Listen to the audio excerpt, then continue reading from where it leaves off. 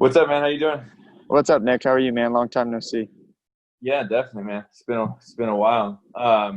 So you're at home. Were you been out traveling? I saw you were kind of on a trip, right? After the fight. Yeah. Summers I try to get out to the mountains as much as I can. Yeah. So yeah, or this week I guess. What is today? Wednesday? No, last week we were kind of like down southwest Colorado and Durango in the San Juan Mountains. Those are like the prettiest mountains that Colorado probably has. So I've been Oh doing no. that. I'm probably gonna jump up like every other day or so and try to go hiking and stuff this summer. So that's what I'll be doing. Oh, okay. Is that just a hobby, or is there a deeper purpose behind that, or just what you like to Um, do? Yeah, so I use it I mean everyone says like to turn it off, like you just go, you turn your mind off and stuff. And I Yeah. never really understood the analogy until all of this coronavirus stuff started happening. And then I started to get it because in the beginning of the coronavirus, I was watching the news like every single minute of the day, and the coronavirus was the only thing on my mind. And I was like, oh, well, I'm just gonna stop. I'm just gonna stop watching the news then, so I'm not freaked out all the time. And then Yeah. I realized that that's essentially what you're doing with everything when you go up to the mountains, where you're just like, well, this part of my life is really stressing me out. So if I just disappear for a couple of days and just eliminate it for 24 or 48 hours, then it's kind of just not on your mind anymore. So yeah, that's what the mountains kind of are for me, is they're just kind of like an escape from all of the kind of stuff that seems important, but maybe isn't that important in our lives. He kind of gives you it kind of forces you to be unable to worry about that kind of stuff because you're out of touch of, with what's going on outside of your like immediate circle of control or whatever. That's Yeah, cool. yeah, Nice. yep. Nice. So where are you at now as far as mentally, like you planning, or is it just kind of getting things right, or where you at? Um, what? How far? We're about what? 3 weeks away? 3 weeks after the fight, or whatever. I think so. I Some think close so. to that. So the first week and a half is like a lot of like just being sad about it. Yeah. Um, Yep. like Yeah. just being sad about it, and really like a deep sadness that you really can't explain unless like you kind of Yeah. had something like that happen. But so that was about the first week and a half. I was lucky enough to kind of figure out where I went wrong in the fight just kind of right off the bat, kind of like almost right when we got back to the hotel, which we can talk about in a minute. But yeah, so about a week and a half, like just can't sleep really good. Like just wish that I could go back in time and change stuff. Feeling like a big loser. Yeah. Yeah, just like those types of feelings. And then the last week and a half has just been okay, like coming to terms with like you can't really do anything about it. Let's just keep getting better and work on what needs to be worked on so that doesn't happen again. And yeah, so I'm okay. Like I still think I'm gonna win a belt. I don't know when it's gonna be now, but I mean that will happen eventually. So Yeah. I mean, it's kind of a unique, like you talked about the feeling or the kind of the sadness. It's kind of unique because even if you've experienced a loss in a different like area of your life, it's tough to compare things to because it not only do you experience like like a personal loss, but there's also like a personal blame too. So you've lost, and then but also there's no one. You're forced to like deal with it. You know what I mean? There's no one yeah, like, oh, well, this person did this or whatever. You know what I mean? So it's tough, but I think it's like I don't know. I always like fighting is definitely except well, fighting and marriage are probably the two things that like force you to face certain things and force you to grow and stuff. So I think good comes out of it. I always try to look at it like it's, even though it's a step off the path that I had I had planned, it's still a step forward. Unless you lost your health drastically or something like that, you know what I mean? Like it's still a step forward to where you're gonna be eventually. So I'm excited to yeah. see what's next for you, man. I know you're a strong-minded person. No doubts on my end. So I lost my video for a second. No problem. Yeah, it's okay, man. You know, like you said, it doesn't change the destination; it just changes the route. Um, Yeah. I will say though that in fighting in particular, I think it's two things. It's like one, I think anything that you care about enough and you don't get it or you lose it or whatever, if you care about it enough, it's gonna make you really sad, right? So I mean, like that can be a painter screwing up a painting or a football player screwing up a football game or whatever. You know, there's that level of like, yeah, I'm sure that that person really cares about this, so that probably sucked to feel that the way that he did or she. But in fighting, there's this whole other level of, like you said, like self blame and kind of embarrassment, and it's all on you. You know, like that's kind of the interesting thing is that adds like another level of kind of maybe the sadness to it that I think is a little bit not normal for maybe other things, but there is this huge level of just like you not wanting to be you, you know, which Mhm. is like, it's like a really sad feeling. But yeah, like you said, man, we'll keep moving forward. It's all good. Yeah, yeah. I don't want to dwell on this too much. Most of what I want to talk about is kind of it's talking about the future, but you know, we can spend a few minutes on it. But the as far as what you were saying about like a painter and things like that, there's kind of a unique thing in that I always just kind of assumed. I don't know if it's true or not, but I always assumed it was kind of related back to like caveman, like ancient days, where like a loss of a fight is like a loss of your like who you are, your ability to like to I don't know, like have mates or to like Sure. provide Yeah. or whatever. You know what I mean? Now it doesn't really mean anything. Well, I mean, you know, other than your goals, but it still feels like that. You know what I mean? It's Yeah, still like that's interesting. more about like who you are than rather than Uh, like what you did. You know what I mean? yeah, yeah. I had never thought about it like that. Yeah, we're like, yeah, there's maybe a primitive something inside you where it's like, yeah, if you lose, then you're not only losing the fight, but you're also maybe losing like your alpha male, whatever place in the hierarchy of the wolf pack or whatever. Yeah, Right. it's kind of interesting to think about. Yeah, maybe deep down in the brain, that's what it is. I don't know. Yeah. Yeah. Um, so do you want to talk about what you felt like you Yeah, learned, or you want to? yeah, Yeah. man. I'm an open book. You know, anything. I think that like conversations like this help other people. So, yeah. So, it was kind of weird, you know, like everything that was going on with just kind of the hotel situation and not being able to leave and blah blah blah. But none of that is the reason for the circumstance of what happened. I think it was just I had gotten to a place where I could be really really calm going into fights. And in this case in particular, I was extremely calm to where it was like almost a little bit hard to warm up because I didn't really have any nerves or energy or nervousness or whatever for the circumstance. So I was just way too calm, man, you know, and I feel the place that I feel the silliest is because when I was in the back, I knew that all of that was happening. I knew that I was really calm. I thought that it was just kind of the maturing part of becoming a fighter because I had listened to a lot of people and a lot of really good athletes talk about that before where, oh yeah, it made me nervous that I wasn't nervous. Like take Gaethje, for example, you know, Gaethje doesn't get nervous apparently before fights. And, maybe he does well in that performance space, but I definitely don't. So I just learned things about myself that I can't be that calm going into a fight. You have to realize that the person across from you is really trying to hurt you, and they're trying to take half your paycheck, and they're trying to take your dream, and they're trying to knock you out and hurt your body. And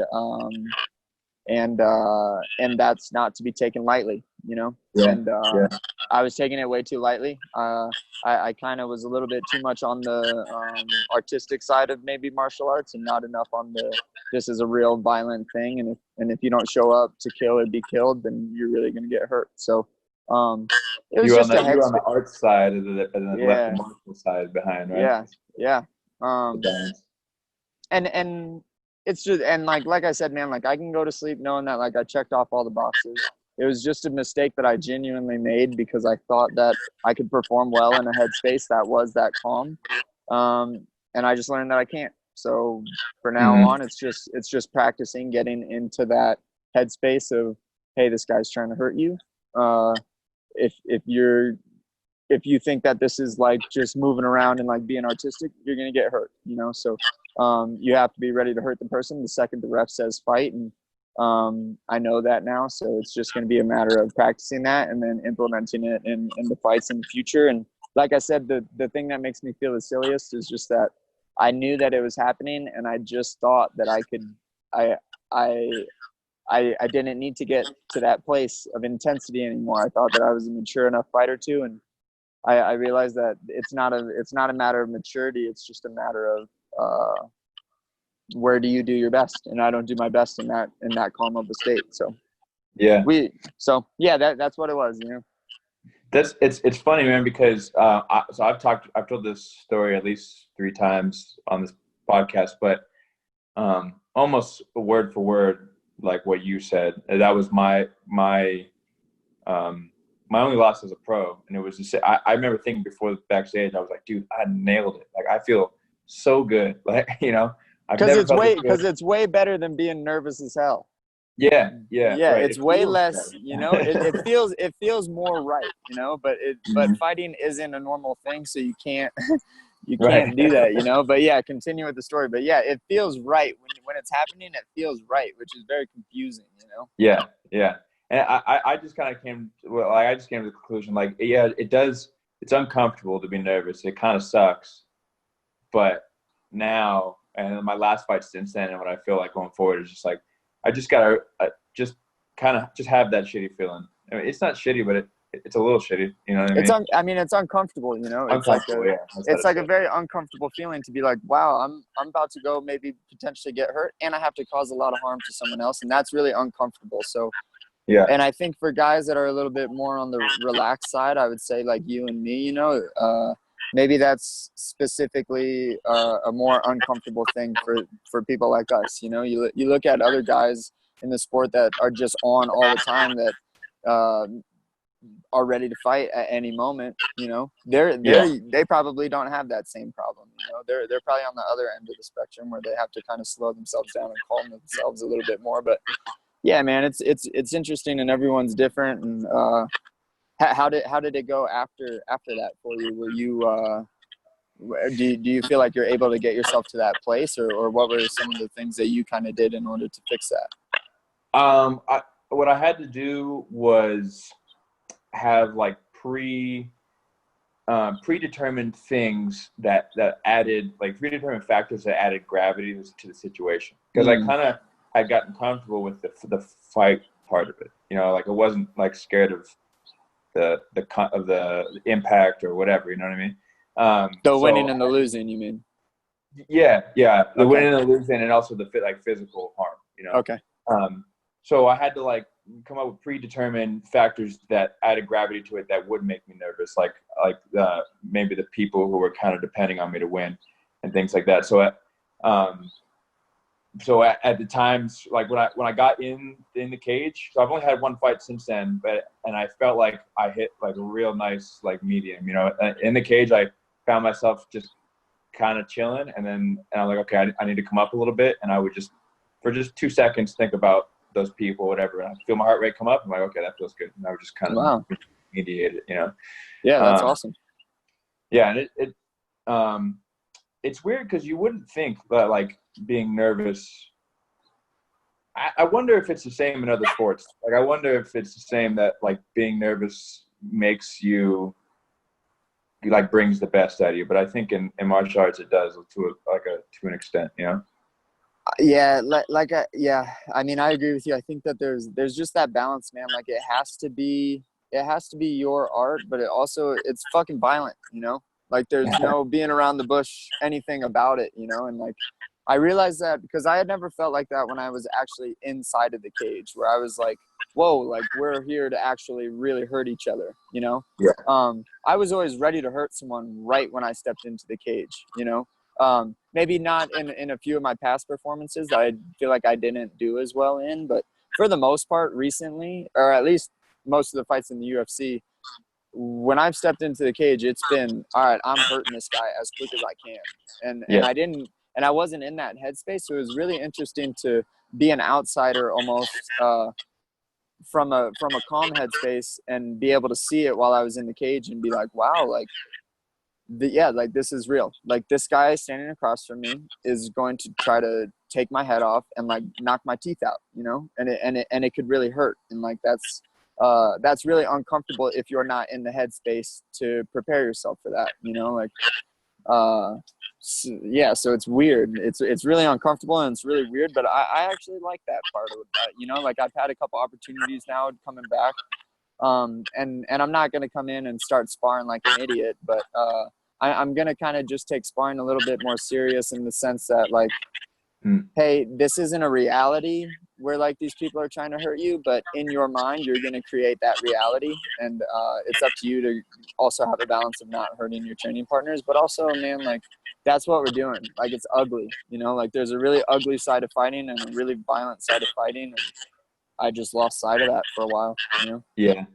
Yeah. There's like with sparring, like you kind of got to be, I mean, if anyone else who stepped on that mat, I mean, they accepted a certain amount of risk, you know what I mean? Just by being in there. So you are you meaning like you plan to like kind of turn up the intensity in your sparring a little bit, or just to kind of train that mindset, or?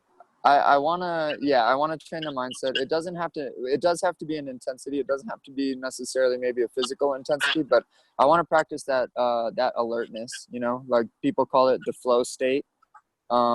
But in fighting, I think the flow state is a little bit different than like maybe in surfing, you know? It is, yeah. I've never surfed before, but I imagine that doing something like nice and like good, you know, like fun is a different, and being in that flow state is good for that. And then there's other flow states where it's like I can still be present and I can still have this level of intensity and understanding that like, hey, you're trying to hurt me and I'm trying to hurt you. And just practicing, I think being in that level of alertness is really important. And actually I was just talking to a military buddy of mine recently, and he was saying that the number one thing that determines whether or not a military unit is going to have success or not success is rehearsal. Which I thought was really interesting, because it's like, yeah, sparring, but it's like sparring, you practice your techniques, especially during the kind of Corona times. I was only training with a few guys, and I knew that they were all good training partners. They weren't going to hurt me, so I didn't get to rehearse being in that headspace. So rehearsal is the number one thing that correlates to success. So I just have to practice that more, you know. Yeah. And I'm excited, and I'm glad that I learned it in a way where I only got choked out and I didn't get knocked out, you know? So yeah. Jocko Willink was just saying the same thing on Joe Rogan's podcast. It's just like we role play it over and over and over again. You know what I mean? That's what gives them the success. I had something to add to the sparring, but I forgot, so we can move on.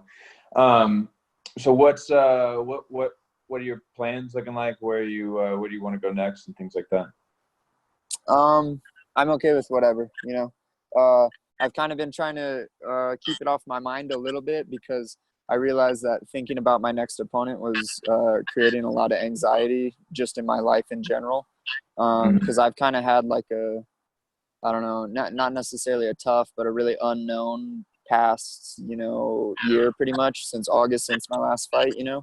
I was supposed to fight Frankie, fell out. Didn't know when I was going to fight, didn't know who I was going to fight. And it became to the point of where it was kind of this obsession that was affecting my mood in life. A year between fights, huh? I didn't realize it had been that long. Almost a year, yeah. June, yeah. So I mean, 10 months. Yeah. So I've kind of been practicing that a little bit. I want to get to a space where I can kind of turn it off when I want to turn it off and not stress about that if I don't want to. So as of right now, I'm really not thinking about it. You know, when I do think of, Arut just jumped in. Oh, Arut, you there? You back from Home Depot, bro? Hello, gentlemen. In the car. Coming in live from Home Depot. What'd you get? How's the line? Line was good, but I got a door for one of the rooms. Are you driving right now? You're No, I'm in the parking lot. I'm just gonna tough this out because a commitment is a commitment. I'm sorry, I fucked up. Hey, I was almost recording from my car today. I'm in my in-laws, and I'm like an hour and a half from home. So I was like, where am I gonna go? I couldn't get a hold of them. I was like, I guess I'm just gonna record in my car with all my stuff. Since when do you wear dorky glasses like that? I told you I just got these. Oh, nice. Congrats. Cory, it's good to see you, bro. How you been? Yeah, good to see you too, man. How are you? Are you in Colorado now? What are you doing? Yeah. We've been training at the house. Me, Caleb, okay. Ryan. Well, I went to high altitude today, so we've been getting some training in. Cool. Hey, turn your phone sideways. Like such. Yeah, there we go. Okay, cool. So what we talking about? Yeah. I'll chime in. Go ahead. Yeah. So I think that was we were kind of near the end of that segment, right? So you're just saying you try not to think so much about maybe what's next until it's on you. Yeah, I'm just gonna have. I kind of got to work on mindset a little bit outside of fighting, just in general. I'm gonna stop caring who it is. You know, whoever it is, I'm gonna beat them up, and then that's it. You know, that's where my mind is gonna be at all times. And I think that will maybe fix the problem. But like I said, I've kind of only been in it for like maybe a week, so it'll take some playing with. But yeah, I'm gonna try not to think about it, and especially because I don't think I'm gonna fight probably until the fall anyway. So I'm gonna enjoy my summer and go on some hikes and have some fun, and that'll be my summer, and then I'll fight probably again in the fall. Yeah, I'm not mad at that. It's funny, man. Like the things that at least what the perception is that the UFC kind of expects out of fighters is so adverse to like what makes them the best fighters. Like you saying that, right? Like I feel like they want you to like be calling people out and kind of causing drama, which is that's not what that was never been you anyways, but like I like trying to break into that, like trying to break into the UFC. Even now I'm like, man, I wonder if I should just like start waiting for people to like fall out and start calling them out. You know what I mean? Just like, and like shit talking. It's tempting, but it's not. It breaks more rules that I have set for myself. So you know what I mean? And then on top of that, like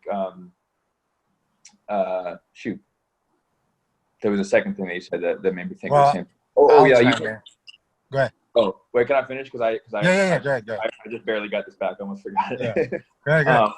On top of that, you were saying that you wanted to like work on yourself. So I guess this isn't like a UFC thing, but I feel that the things that can make me a better fighter are often at odds with what make me a better person. And what I found that I kind of just have to have two spaces for each like mindset, and just have to be able to switch back and forth. Because as I've like improved myself, really just because of my marriage, like found the need to like improve myself in the way I deal with relationships and people. And I've found that it can like soften me a little bit. So I'm like, I got to be able to still have both sides to me. You know what I mean? So yeah. And that's what I'm interested in practicing too. Like I said, just entering into that kind of space before sparring and stuff, I think that the Tuesdays and Fridays that we spar, those will maybe be the only times that I really enter into it. But when I do it, I don't care about the circumstances outside of life. Like for that hour that I'm there, or hour and a half that I'm there, that is my time to be that violent, whatever type of person you want to call him, So I don't know if that will help or not. Makes sense. Yeah. I think this is so ironic that Nick has the Clark Kent glasses on, and he's talking about being Superman and being Clark Kent. That is very you do kind of look a little bit like Clark Kent. I'll take it. I feel that, though. There's so much more to life than fighting. Fighting is an awesome part of our life. Like, I love it. But life is so much more than that. There's, like, other aspects of yourself that you that make you, that you need to be evolving. So like I get what you're saying, you know, like and sometimes at the end of a big training camp, there's a burnout too. Like, because you've been in training camp for a while. You've been trying to fight for a minute. It was like 3 months, huh? Yeah, probably longer than that if you want to count Frankie pulling out. Yeah, probably longer than that. So it's I think your mindset is perfect. Take this time, enjoy the summer, work on yourself. Meanwhile, still growing your skills. It's not like you're gonna be neglecting the skills. Just kind of get refreshed, come back hungrier. It's just a little bump in the road to the title. I am positive you will win championship. It's just, you know, like sometimes the road, like think about when we fought on the same card on LFA. When you lost that fight, that only made you stronger. Come back with vengeance, and that's been your entire career in the amateurs and the pros. So this is just a bump in the road, and it'll be good for you to get kind of refreshed, take the summer, go hiking. I seen you posting on Instagram. Like I just got to like. I'm so happy winter is done. I don't want to do anything with the snow, and I see you walking there in these snow peaks. I'm like, to each his own, I guess. But it was hot though, bro. It's hot up there. There's just snow, but it's hot. The sun is strong. The higher you get, the stronger the sun is. But I'm over here in California, man. I'm so glad winter is over because it was getting into the 50s, dude. Hey, hold your can you bring your phone back a little farther, Root? Yeah, there you go. Because remember the top and bottom gets cut off a little bit, so give yourself like this. There you go. Yeah. Okay. Yeah. So Aru, was there anything specific because I was actually gonna almost kind of make an entire turn of the page here for some other stuff. No, go ahead. Turn the page. So this is entirely unrelated, but I kind of wanted to ask you about what your weight cut looks like these days, because you were a 45er before the UFC, right? Well, you're kind of a tweener. Yeah, I mean, if they had a 140, that would be kind of nice, but I really don't think that I cut more than a lot of these UFC guys. I don't know. Everyone kind of has their different opinion. For me, I didn't want to fight at 35 anymore because I had a couple fights at 35 and then a couple kickboxing ones at 140, and I just didn't want to do that anymore and sacrifice that huge of an amount just to fight locally. You know what I mean? So that was kind of to make 45. I wasn't cutting much weight. Like I would usually just wake up on weight. I would diet for a couple weeks and that was it. Now. When I got into the UFC, and I remember being there, and I remember I was next to Mirsad Bektik, I think, the 45er. Yeah. I was like, dude, no way am I fighting someone that big, bro. It's time to start cutting weight again.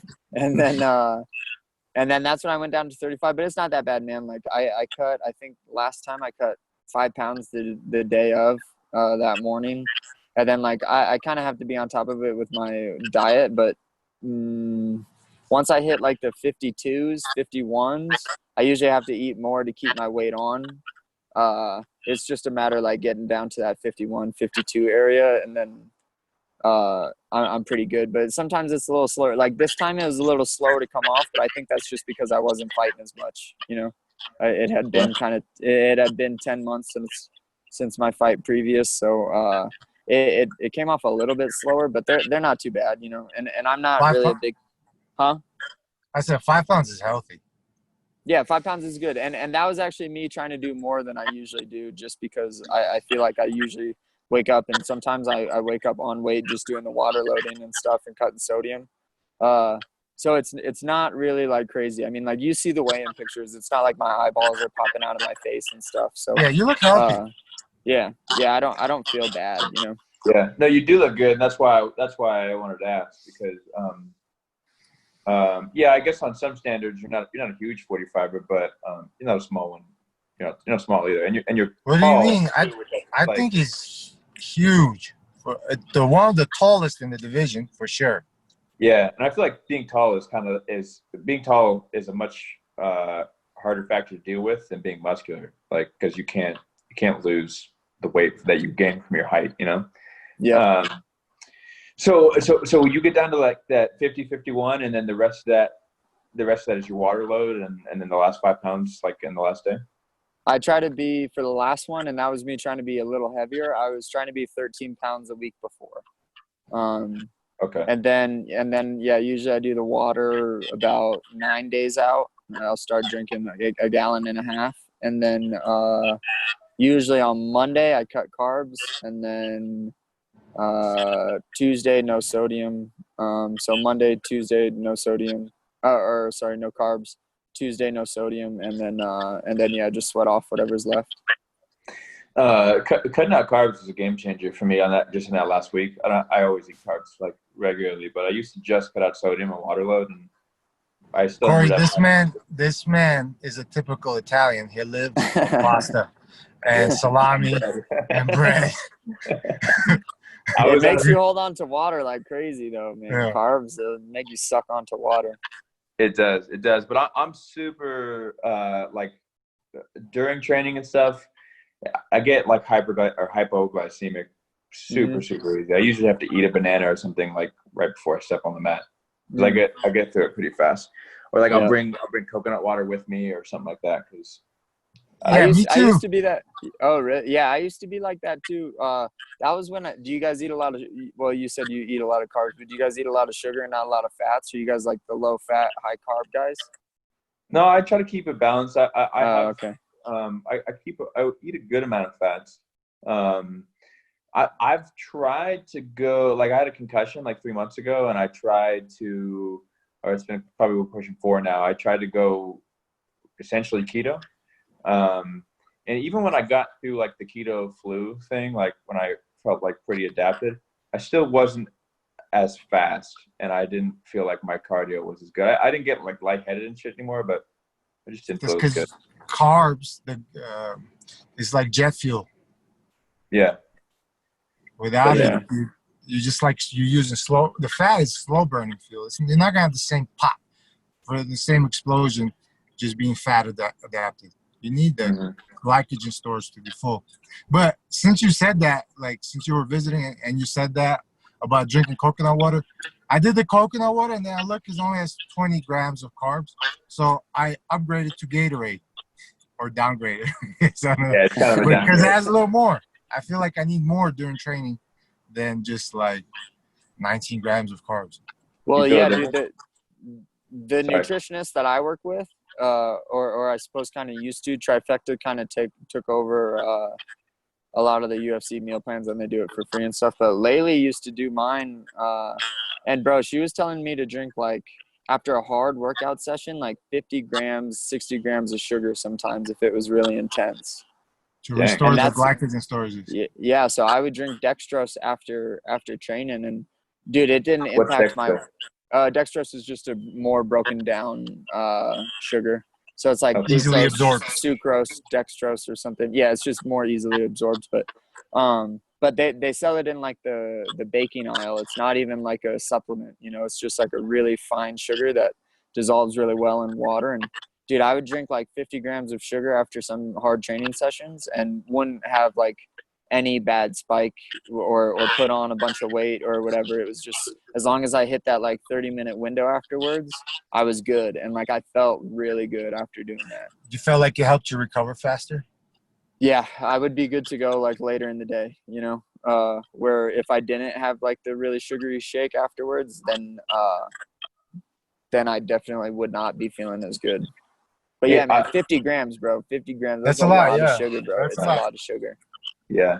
But only in like certain, like that's like a sparring day, or like maybe like a lot of live wrestling, at least for me, right? Yep. That's like a 9 or 10 session. Yeah, 9 or 10 for 60 minutes or 90 minutes, you know, or like an 8 for 90 minutes. If it's like a 1 through 10 scale. But yeah, man, like it helps. It helps a lot.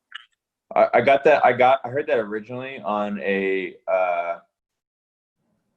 Muscle Farm commercial that like Greg Jackson made, and it was like total like I don't know if there's any science behind it at the time, but it was just like a bro tip that he like threw out there, and it really helps. Like if I don't do it, like if I miss my window, like my night session, if the morning was hard, my night session, I'll be at like a 7. But if I get my sugar in that window, I'll feel like I can hit it like a 9 or a 10 for my night session. Yeah, same here. Pretty quickly. You could do 2 10s, you're saying?